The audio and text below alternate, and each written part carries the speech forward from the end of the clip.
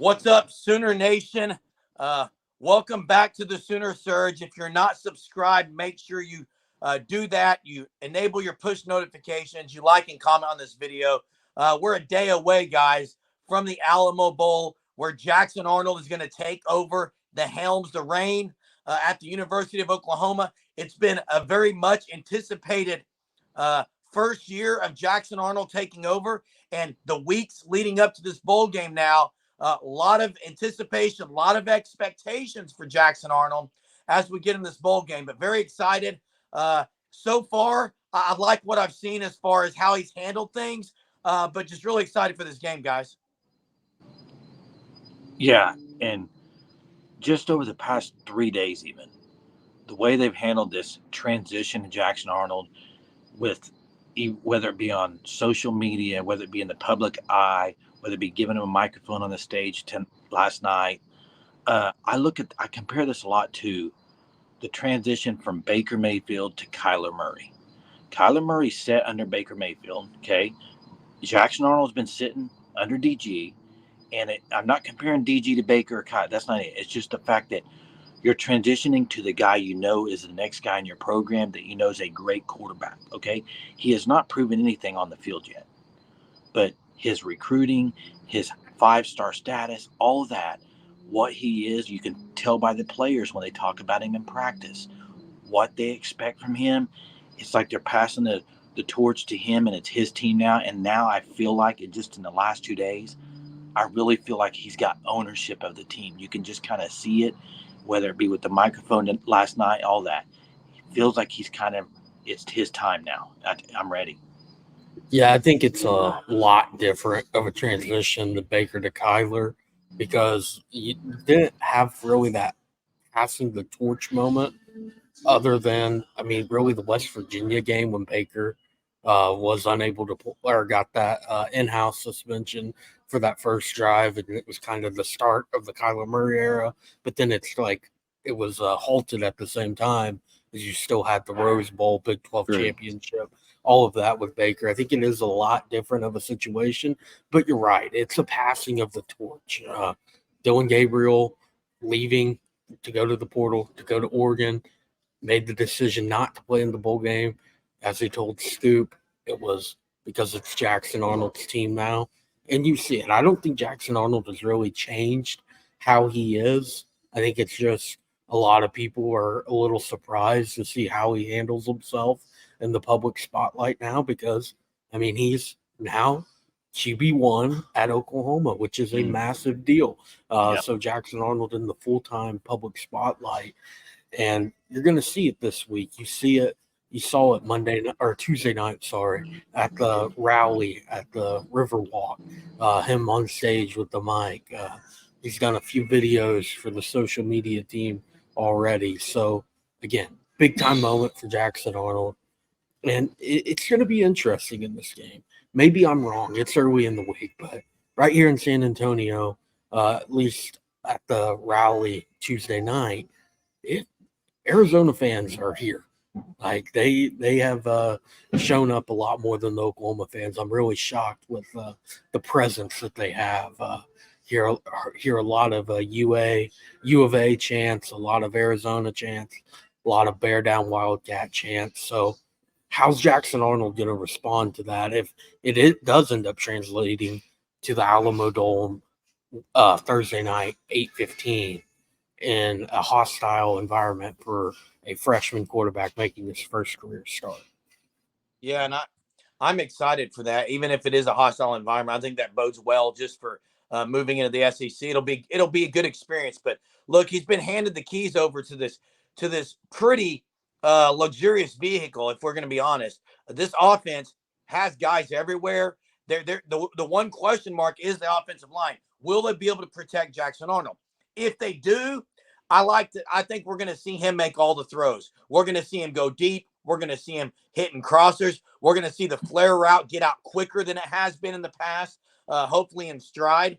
And we're going to see him on the move a lot. I think that's what we're going to see Thursday night, him rolling out a lot and just throwing some darts, guys.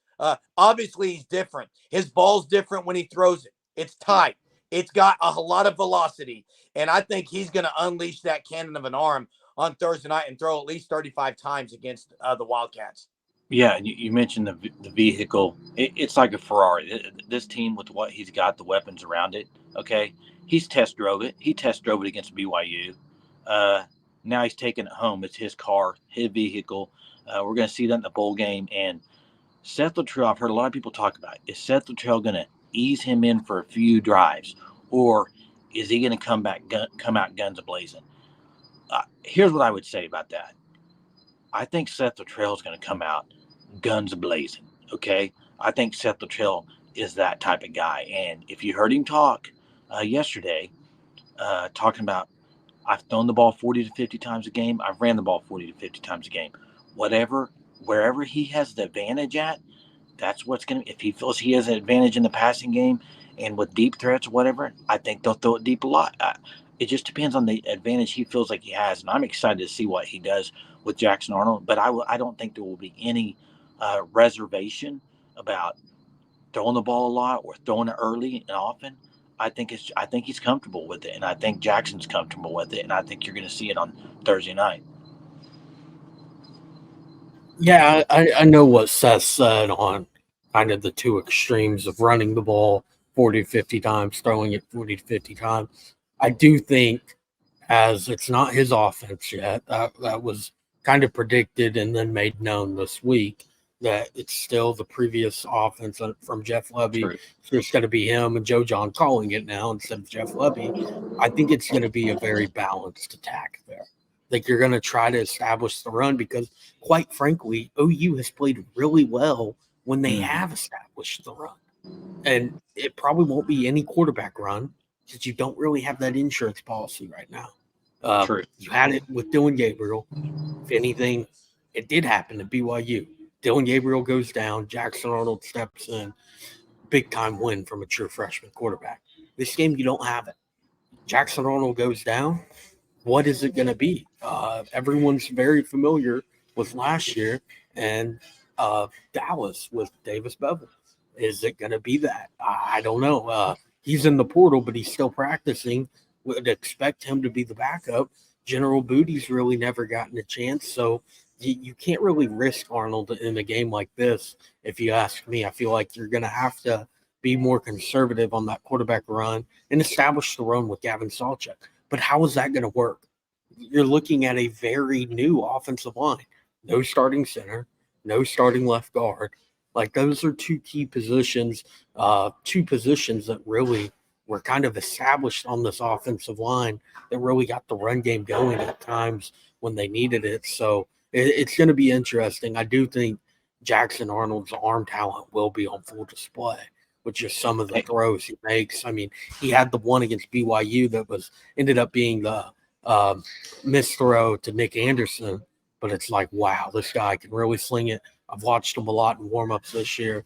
You can see the effortless of his deep ball, effortlessness. And I think Nick Anderson, Jaden Gibson, even Jalil Farouk, Drake Stoops, I think it's going to be spread around to all of those guys and a good game from Jackson Arnold. Yeah, and I think you're going to see a very efficient game from Jackson Arnold. And maybe it is something where he doesn't throw a ton. Like, maybe he throws 25, 26 times, but he throws for 320, 350 yards with some deep balls down the field. So I think it'll be an efficient game for Jackson Arnold. And I just think he'll have a good performance. I really do. The biggest thing with it, you mentioned the efficiency side of it, is if you are spreading the ball out like we think he will do in this game, as a true freshman and a guy with all of the arm talent in the world, how safe will he be with it? How much of that Dylan Gabriel kind of safeness will rub off on Jackson Arnold? I guess we'll find out on Thursday night. Hey, yeah, Hunter, I don't think he'll be too safe. And I'll say this. I think Arizona's going to blitz a lot. So I think he will take some chances down the field. Yeah, I do too. And look, if you're going to base it off the confidence that Seth Luttrell has, going back to what Jay said, Seth Luttrell is 100% confident in Jackson Arnold. not just that, the team pretty much has solidified their confidence in him, and I think he's going to go with that and sling it around the yard. But Jackson Arnold making his debut in about a little over 30-something hours or so we're looking at from kickoff. So, again, what are your thoughts on Jackson Arnold, Sooner fans? How excited are you for this game, and how many times you think he's going to throw it around the yard? But looking forward to it. Thanks for watching our videos. If you're not subscribed, please do so. Until next time, guys. Boomer. Sooner.